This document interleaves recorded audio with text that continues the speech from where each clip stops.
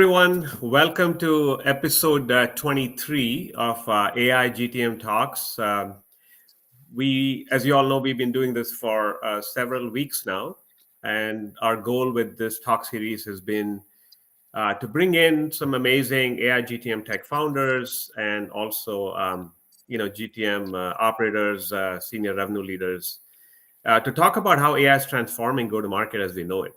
And today we are super excited to have with us Yuri Zaremba, who's been doing some really interesting work. Hey Yuri, thanks for joining us. Hey, Mani, thanks for the invitation. Absolutely, and with AI SDR.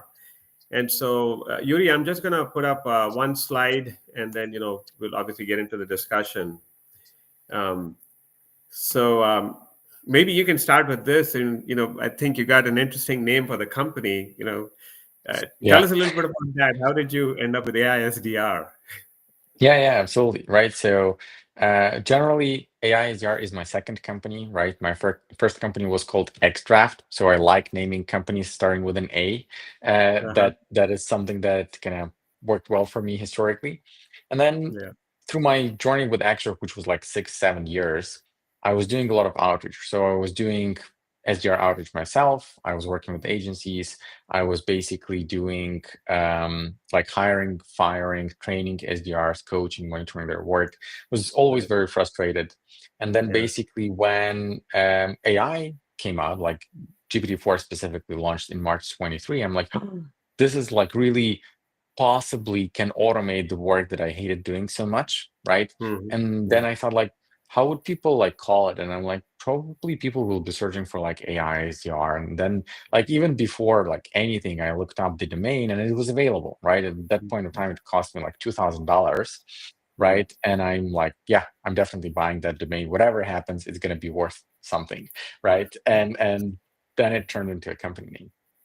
Wonderful, wonderful. So Yuri, we have a pretty standard structure for this conversation. So I'm going to run through a bunch of questions. Hopefully, we can, keep things moving, and Yeah.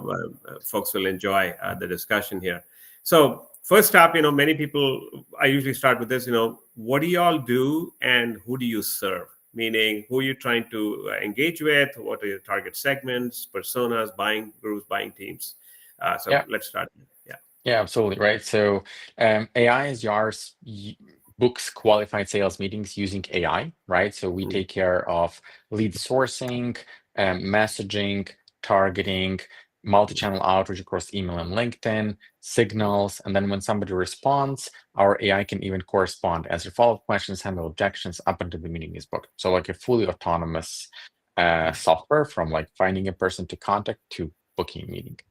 And then in terms of who we serve, we usually work with smaller companies. So I would say like under $10 million in ARR, and maybe like 10 to like 100 people who have either teams of like full cycle sales reps or have like very cold call heavy teams of SDRs. And then they want to use AI SDR to either autonomously kind of build out pipeline on top of what their full cycle account executives are doing, or be a help and a support kind of asset for their cold calling BDR team to reach out across email and LinkedIn on top of that. Got it. Got it. That is a lot that you talked about there, right? I mean, there's a whole Yeah. lot of things that you guys are trying to automate. So um, I'm sure among the things we'll get into is, certainly, we'd love to see a demo, and if we can do like Yeah. I'd love to share. spend a few Yeah. minutes just a demo of the product, I think that helps people a lot to understand what's the scope of the capabilities. And then I'm sure we'll touch upon many other interesting topics. One of them, hopefully, right after would be why has the term AI SDR caused so much, call it, angst in the market? Maybe Yeah. maybe misdefined, misset expectations. Maybe it's an expectation mismatch between what the tech is capable of versus what people think it'll do. Replace human beings versus augment human beings. Yeah. SDR enablement. There's been a lot of chatter around that, which I'm hoping we can also get to. But why don't we start with, just if you wouldn't Sure. mind, just walk us through a demo of what Yeah. the Yeah. new AI SDR release can do. Yeah, go ahead. Yeah, absolutely. Happy to kind of give you a quick walkthrough. Right. Yeah. So Can you see my screen now? Yes, sir. Yep. Yeah. So this is AI SDR, right? Like this is my actual dashboard. So in the past 30 days, I reached out to 6,000 people and Hmm. booked 62 meetings, which is like a little over 1% positive response rate with like conversion into meeting booked, which is not bad, right? Like we had months that were much better, like July, August are usually like slower. Something that is really unique to AI SDR is this AI strategist, where you can just like drop your website. I went ahead and like dropped Quanzu over here, Yeah. right? Uh-huh. And then it's going to come up with different ideas for you to do the outreach, right? So, like for example, it's suggesting like do a lookalike outreach to marketing and sales leaders that look like Infosys, WordPress, VIP, and like other customers that rely on your product. Then try to use hiring intent. For people who hire for marketing operations or demand generation roles, showing like how Guangzhou can help kind of grow and kind of make the new team more efficient. Website visitors is not really relevant for you, but then like LinkedIn activity, for example, like talk to marketers who engage with posts about account-based marketing, and then champion job change, like reach out to people who were your customers, but then change jobs in the past kind of few days. So Got it. it comes up with these campaigns for you automatically, and when you click create, it also builds them for you on the background automatically. So it helps like to give like solve a cold start problem for companies who like never did cold outbound. But when it comes Yeah. to actually like getting results, something that AI SDR is very kind of powerful at is precise targeting, and our like latest feature called Live AI. So the way it works is we can basically say like, okay, I want to be talking to like marketing decision makers in B2B software companies in the US and mid-sized and that are hiring for marketing operations Okay. roles, right? And then what's going to happen is that this very kind of broad um, description, AI is going to break down into a series of very specific signals that it's going to research for, like marketing leadership position, employed at B2B software company, mid-sized company, actively hiring for marketing operation roles, right? And then I click search. And what's going to happen now is that AI is going to look holistically across basically like the entire internet. And then based on that, it's going to find a set of companies that fit all of these criteria, right? Got And it. people who fit all of this criteria, right? And like the most powerful thing here is that we're going from like filter-based search to like conversational search, right? Like find anyone. Like if you have a good hypothesis about the audience that is very specific, like this is how you find it, right? It's going to take some time because basically it's running the search, as I mentioned, kind of live and kind of researching all the kind of possible companies and coming up with like, do they have open positions?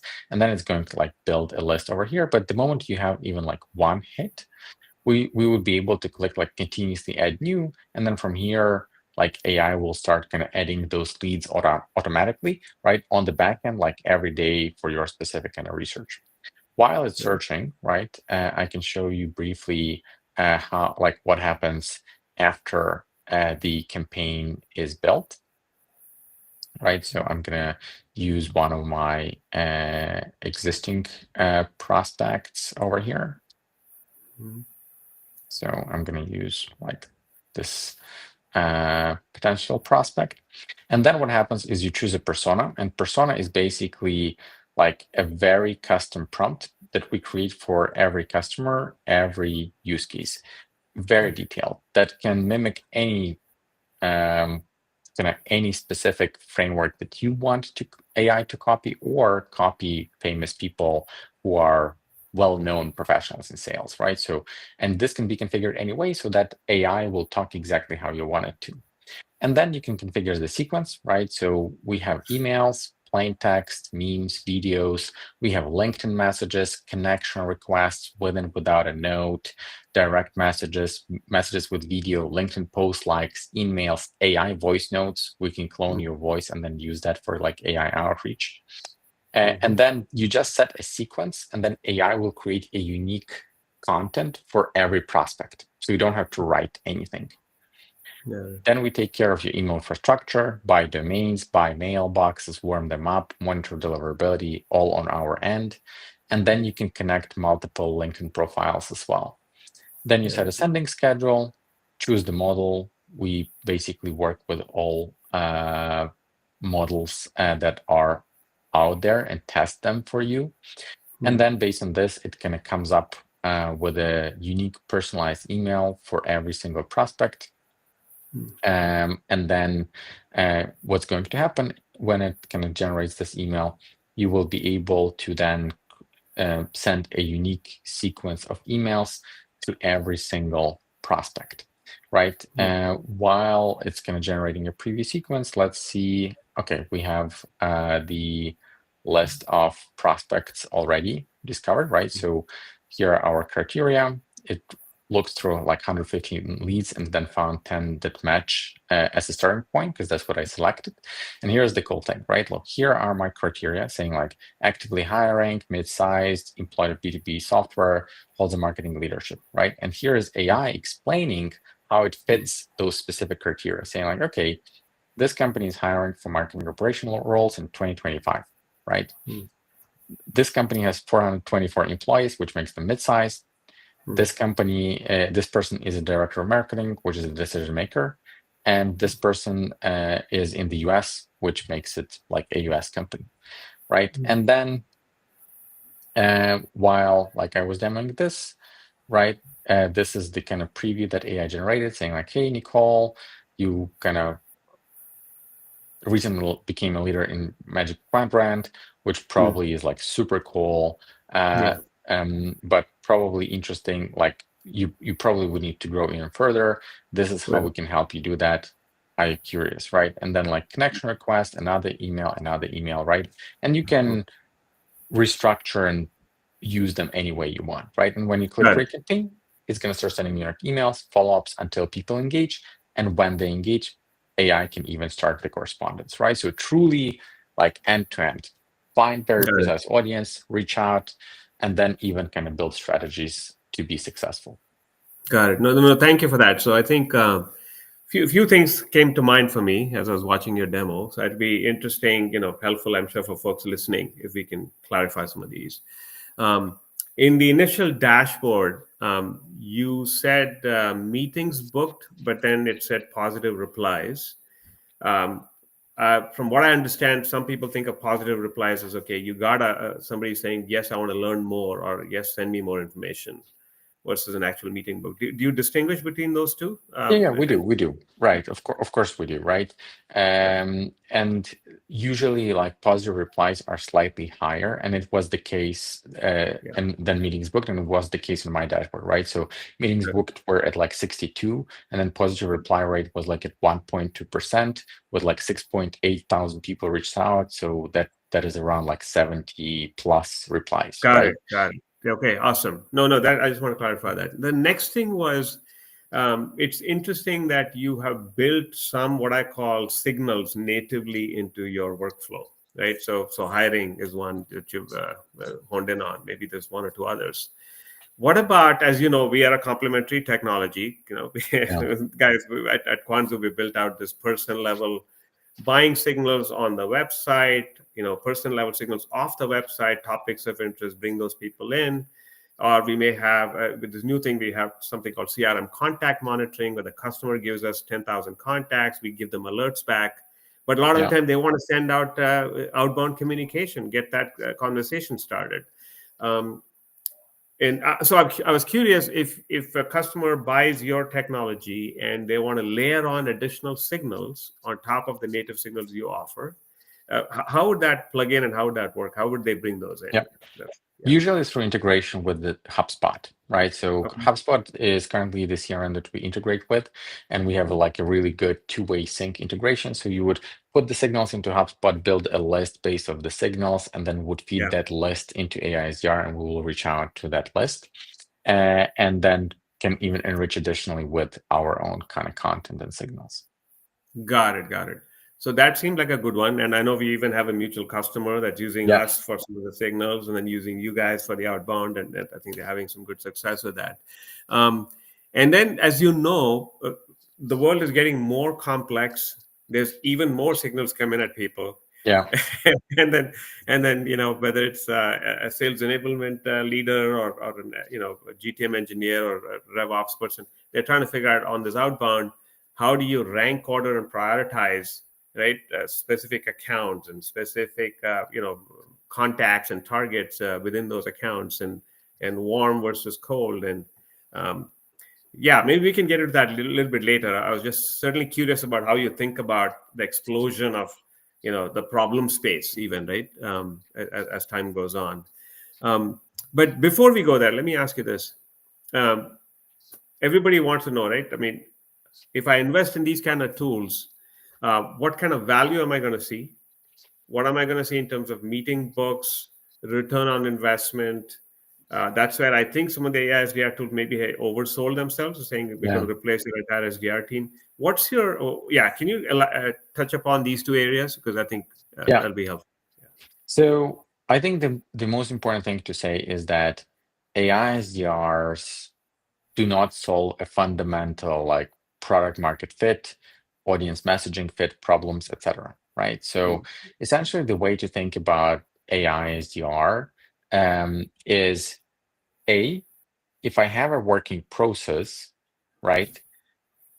Can AI SDR replicate it? Right? So, for example, if you have something that is working like email plus LinkedIn, AI SDR can be a good way to scale it. A good example would be like events, like mm, event invites, event follow-ups, webinar invites, webinar follow-ups, mm. um, different strategies that you like where you have honed in and tested your specific audience, right? Like Yeah. I know that people who are hiring for like marketing ops and have this size and use this technology will be interested, and this Mm, is what they want to hear.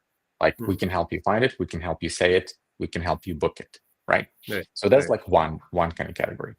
And then the Mm, category two that is absolute majority of our customers, right? mm. We have nothing that is working, right? We never had success with outbound. Like solve this for me, right? Yeah. Yeah. And in this scenario, there are like two possible outcomes. If they're like they first they should think about like AI SDR, specifically like our platform, as a way to like test out all the best GTM tools that are in the market on one platform, right? Mm, You have signals, you have targeting, you have like AI videos, you have AI voice, you have email, you have LinkedIn, like all you can eat, right? Like mm, on one platform, you don't have to buy like 8 tools and figure out like how to connect them together. That's like one thing. mm, And then mm, the other thing is it's gonna work if we are able to figure out your messaging and audience, and there are no like fundamental reasons in the business, right, that it's not going to work. So, for example, if you are in a space that is active on LinkedIn, if you are active on LinkedIn, but you're not using like converting people who engage with the content like social signals, we mm, can start converting that and it's going to like work for you. If, for example, you have a bunch of customers and we're able to kind of build lookalike audiences and reach out with them with the same value prop and it's going to resonate, it's going to work, right? mm, But if we tried like, I don't know, 10 different strategies that usually work and like they did not work, which is all like equally likely, mm, then we have to like go back to basics and figure out like, okay, is like email and LinkedIn the right channel for this, right? Like, do we have PMF at all? yeah. Right? And like, who is really our ICP? What is the problem that we're really solving? Yeah. And AI SDR does not solve that, right? Like, it's essentially Correct. your best chance of like getting started because you have all the tools and like all the like usually works ideas on one platform, but it's Yeah. still no guarantee. Got it. So yeah, so no, that makes sense. I mean, what you're saying is, it's a way to run experiments quick, run experiments fast, have a thesis, test out your thesis, see what works, see what doesn't work, continually refine and optimize. Which certainly something I know we hear from a lot of seasoned revenue leaders and like sales leaders. Um, And then the ROI, how do you set ROI expectations? By the Yeah, way, maybe you can give us a sense of the level of investment, right? What yeah. do people So need to spend? And yeah, yeah, AI SDR subscription starts at $900 per month. got it. And then with that, we like our median conversion rate is 1%. So $900 per month is 1,000 emails, which is enough to reach to like 300 people. Hmm. And that would usually mean 3 meetings booked. So $300 per meeting booked, right? Got it. It's not Okay. like that for everyone, right? Like, Hmm. so we have customers. First of all, you need to understand your like ACV and unit economics, right? Like Hmm. if $300 per meeting booked is too high for you, like you shouldn't even be considering something like AI SDR, right? Got it. Got it. So your like overall ACV has to be like at least $5,000 so Hmm. that your unit economics would like work out. Okay. And then in terms of ROI, it varies dramatically like customer to customer, right? So for example, we had a customer who paid Hmm. us $3,000, booked 3 meetings, right? So Yeah. $1,000 per meeting booked. But Yeah. then one of them closed at $50,000. Hmm. They are very happy, like best ROI they've ever had on Got any it. kind of marketing channel. Hmm. And we also have customers who like booked 10 meetings for like $900, and that's $90 per meeting booked, which is amazing from our perspective. But their product sells at like $50 per month. And they say, like, sorry, guys, this is too expensive, Got right? it. So it all It depends. varies. Yep. No, makes sense. Um, And then, so your pricing, I get it. So it does have some number of emails you can send and some number of LinkedIn's you can do for that certain price, and then you got to do more, then you got to pay more, and so it's consumption in a sense, right? Correct. However much AI APIs are going to be consumed, so you have had to build a scalable pricing around that. That makes sense. Yes. Um, what do you find are the typical integrations in your customer environments? I know you said you sell primarily into under sub 10 million ARR companies. As you go in with AI, as they start utilizing AISDR, I know you mentioned HubSpot. Are there other technologies, tools they tend to connect to? Uh, Scheduling software, right? So like that, HubSpot and Calendly would be like our two.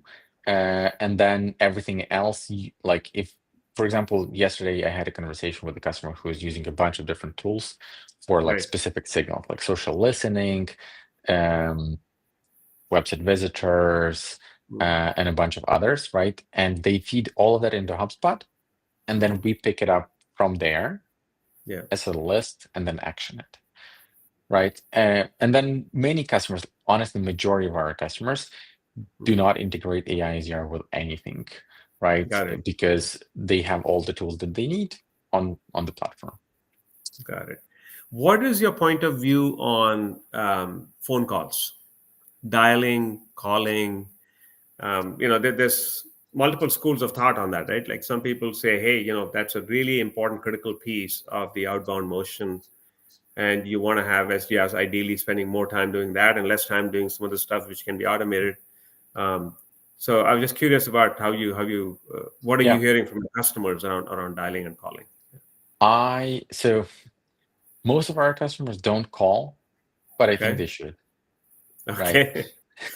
So I think calling is a way to stand out in the Hmm. age of like AI outreach. And we're actually like building calling into our platform through partnership in exactly in that way. Like AI is doing like email and LinkedIn and then Right. creates you script and research for people to call, but a human does the calling. And the reason it's so important is because AI as technology is not yet good enough for AI outbound calling. And from the legal standpoint, it's illegal in many kind of countries, so Hmm. that it's essentially like a sacred area for humans, right? Yeah. And the way to stand out in the age of like AI outreach is to be more human, and cold calling is a way to be more human, right? And I would not even be surprised if the overall sentiment on the recipient end would shift away from like I hate cold calling to like okay, like call me. So Yeah. because like the email, the mailboxes and the LinkedIn inboxes will be crowded. Yeah. No, for sure. And in fact, um, are you then looking at maybe are you planning to partner? Or are you planning to build in something like a parallel dialer? Partner for The now. ability to have you're planning to partner for now, okay? And Yes. have different kind of voicemails that somebody can leave, build different segments, and then to be able to do right. I mean, either you get them live or you don't get them live, so you can leave a voicemail. Does that sound right? Yes, right. So a full kind of calling capability, right? Like this is something we're working on through a partnership. Got it. Okay, we look forward to that. Now, let's take a step up a little bit and let's talk about the category more broadly. What do you see happening in this whole AI SDR category? There are some other companies. I don't want to name any names, but some of them have had their Sure. own struggles with maybe they oversold this digital worker concept of they can just replace your entire SDR teams. Your 10% SDR team is, I mean, uh, crazily enough, we are seeing it reducing. People are cutting them back from 10 to 6 in some cases, 10 to 2 that I've heard of in some other cases.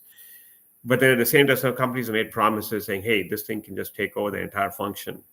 Um, but yeah, how do you see the whole category evolving in terms of call it outbound and signal-based outbound um, Yeah. as a market? Yeah. So first of all, I think that the AI SDR category is facing reality final, Mm, right? mm, And we see it across across our like bigger, more famous competitors. We yeah. see that like, oh, we are now like stopping and like rebuilding our product from scratch, right? Okay. So because the initial product like was just not working, right? Mm, mm, And then on the kind of bottom side of the market, we also see a bunch of companies just shutting down, right? Because the mm, unit economics did not add up properly, and people expect outcomes, right? And I think like the key and to winning this category and like the way AI SDR approached it is thoughtful, both from the standpoint of like how do we actually deliver kind of results to customers, mm, and thoughtful in terms of like how is this a healthy business with like a good unit economics and not the typical like venture way of like, oh, we raised a bunch of money, let's burn them for marketing, sell a lot, because it's not going to stick unless there are predictable results, mm, right?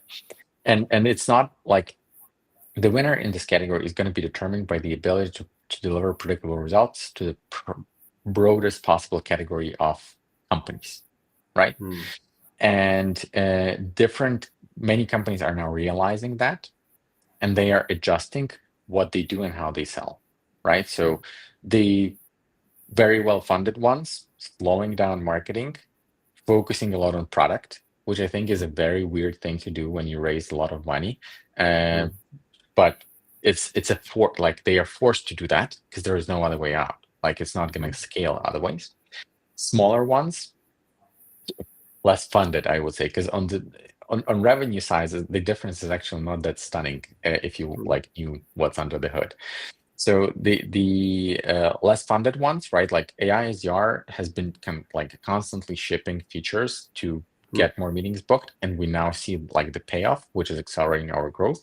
Some mm, other players that we follow closely are actually starting to say like, okay, we're gonna qualify relentlessly on the incoming side, right? mm, Like coming back to what I mentioned, like if you've never did like outbound before and never been successful, we will not work with you, right? I see. Got it. To basically like take care of the kind of churn problem. So Mm, it's very interesting, right? Like definitely there is like reality check, yeah. and then different founders make different calls as to like how they're Mhm. gonna act on that. Got it. Got it. Makes sense. Um, and so, and let me ask you a different question, which is I'm seeing some evolution in this whole signal based technology space, right?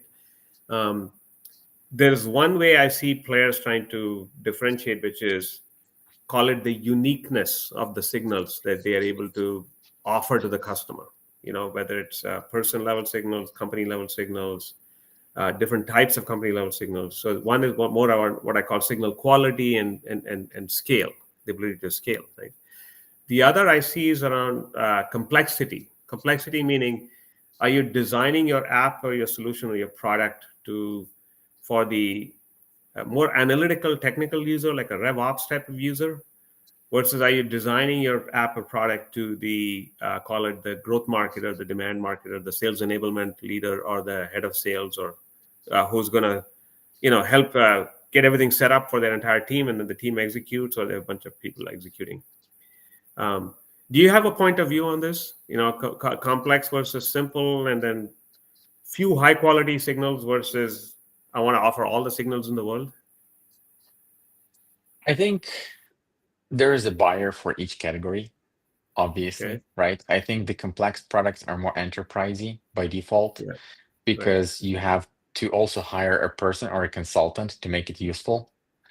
Yeah. And then simpler products are more like SMB by default. Mm-hmm. But I think I Mm-hmm. read this from like Dharmesh from HubSpot sometime, is that the best products are the ones that kind of started with like SMB and built simple, like very short time to value, but then went Mm-hmm. up market while keeping that simplicity. Because then they bring Got it. that simplicity and ease of adoption to like up market. And I think Mm-hmm.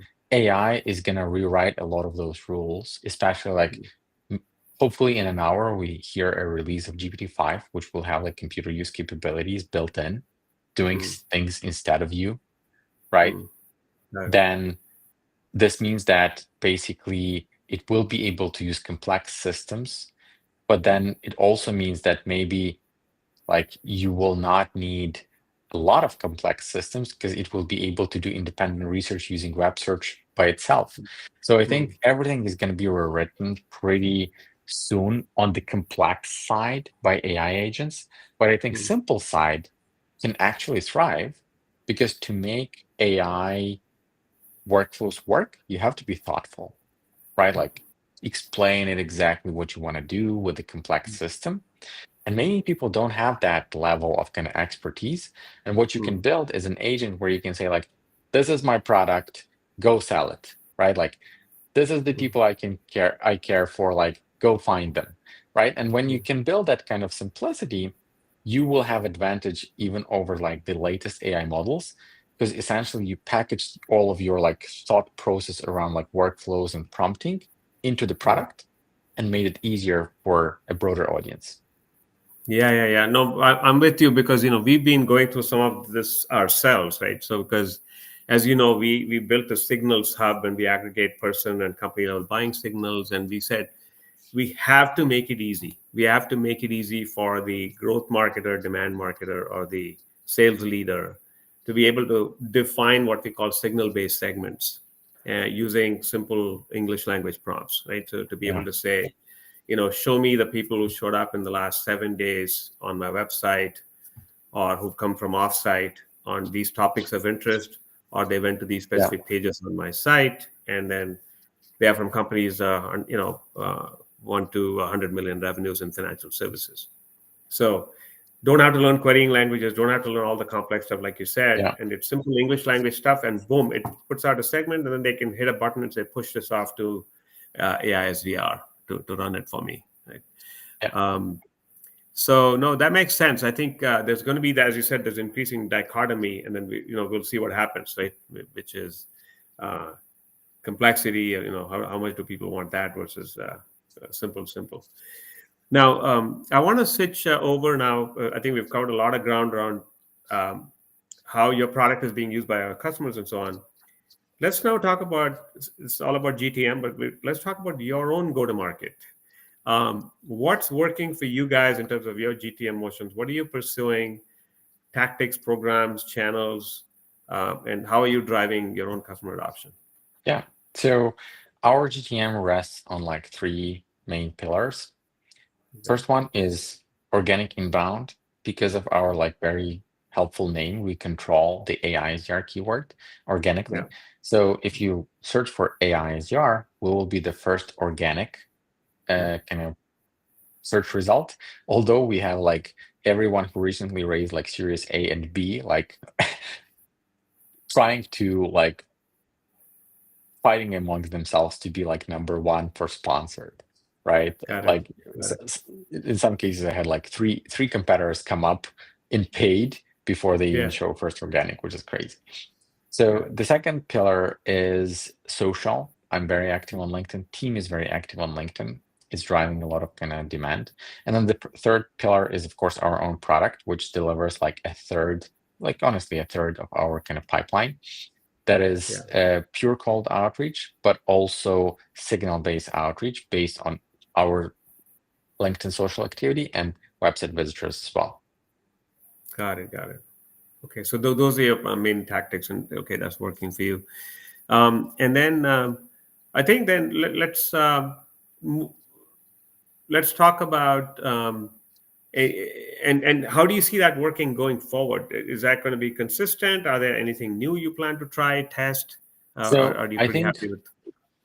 I think there is still a long way to go with those three pillars, honestly. Okay. And then obviously, kind of as we scale, we would start adding some paid channels. We don't have any paid right now, right? We will start adding kind of more content across channels, right? We're very kind of passionate about video. We're very kind of excited about uh, like visual running kind of ads and other kind of stuff. We're very Yeah. excited about community, right? But Mm. as a startup, we have to prioritize relentlessly, right? And for now, the three channels kind of that we have are working really well, very efficiently, and we have still a long way to scale them. Got it. And again, please remind us your primary personas who are the decision makers for you. Is it the head of So sales? Is it the sales? it Sales, it inside depends on the sales, size. SDM? It Yeah. depends on the size of the company. Basically, Mm. it's a person responsible for demand generation in a Okay. company, right? And Got it. that could be a CEO and founder if a company is very small. And Yeah. this can be like head of marketing if the company is bigger. And it can Right. be like head of RevOps is if a company is like much bigger, right? But usually it's between like CEO, head of marketing, sometimes head of sales. Interesting. Interesting. Yeah. Even we've had a bit of that Signals Hub product, right? We've had a bit of a dichotomy. We've had, in some cases, some marketing leader driving it, but in some cases, it really has been the head of sales driving it, especially Mm, around our new CRM contact monitoring. So it's been a interesting situation for us. But looks like you clearly are seeing that. Okay, for you, it's the demand gen growth marketing leader is a primary mover shaker behind your solution yeah. offering. Okay. All right. Let's talk next about just looking ahead. What do you see happening in terms of AI for go to market? Certainly in your category space, just outbound, signal based outbound, just looking at for the next 6 to 12 to 24 months. Yeah. So I think generally, it's going to start focusing more and more around timing and relevance versus like just outreach. So signals will keep becoming more important. Hmm. I also think it's going to move into like an area of hyper personalization in a sense, not just like a personalized email, but here's a personalized offering that I present you on a personalized build landing page that you can Hmm. click from an email, right? I Hmm. think like that's what it will take to grab a person's attention in a very kind of short time frame.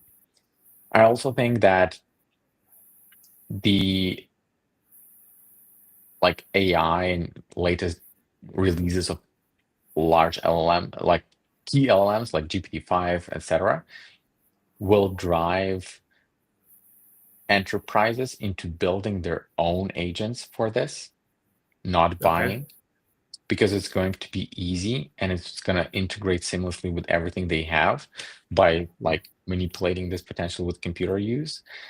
And I think there will be like a layer that is currently and done like handled by agencies and like clay users that will be focused around like people who are very smart and can then use AI to build any workflow that they want.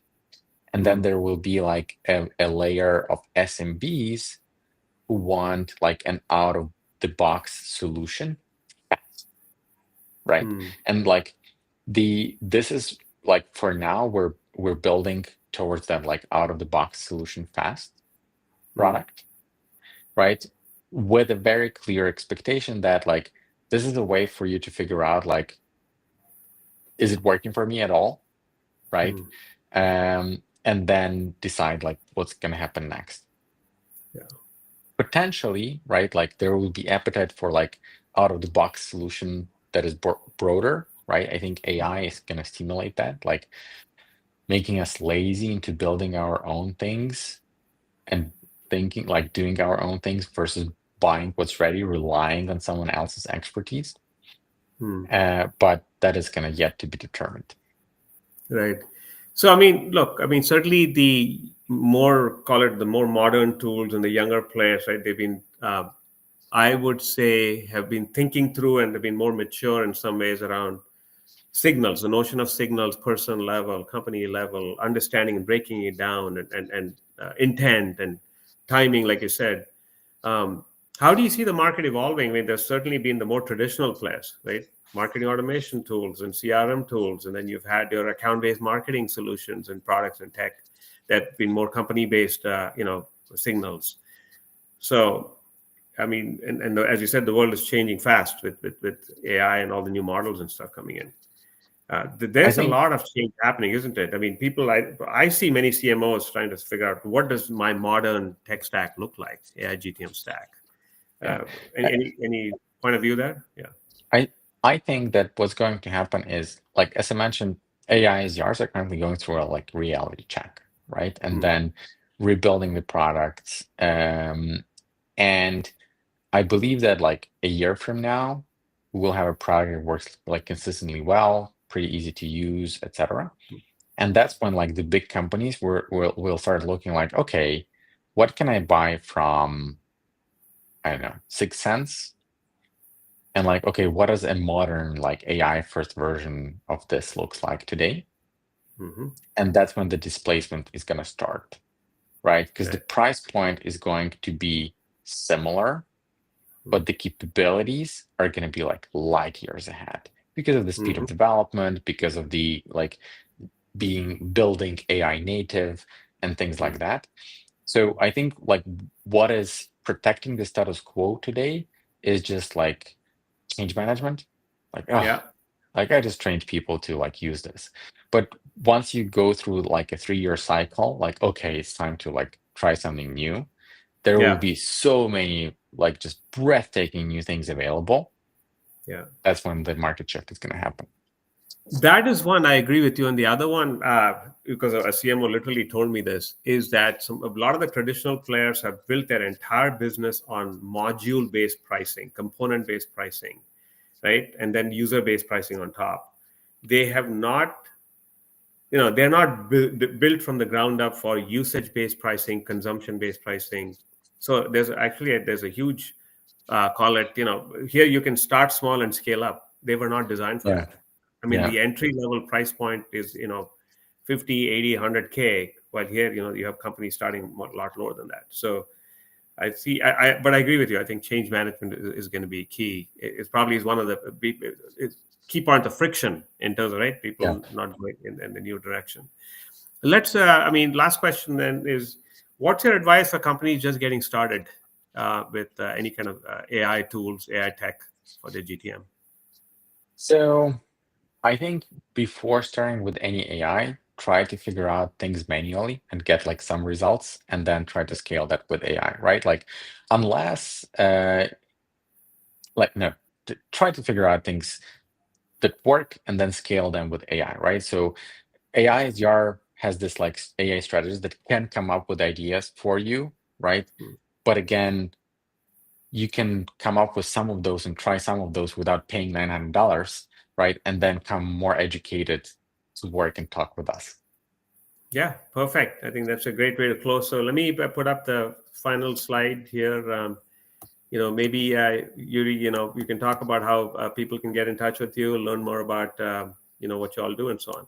Yeah, absolutely. That like follow me on LinkedIn, email me if you're interested, right? Happy to kind of tell you more and give like a one-on-one demo or help in any other way. Great. All right. So that's it, folks. That concludes episode 23 of AI GTM Talks. We had Yuri Zaremba from AISDR and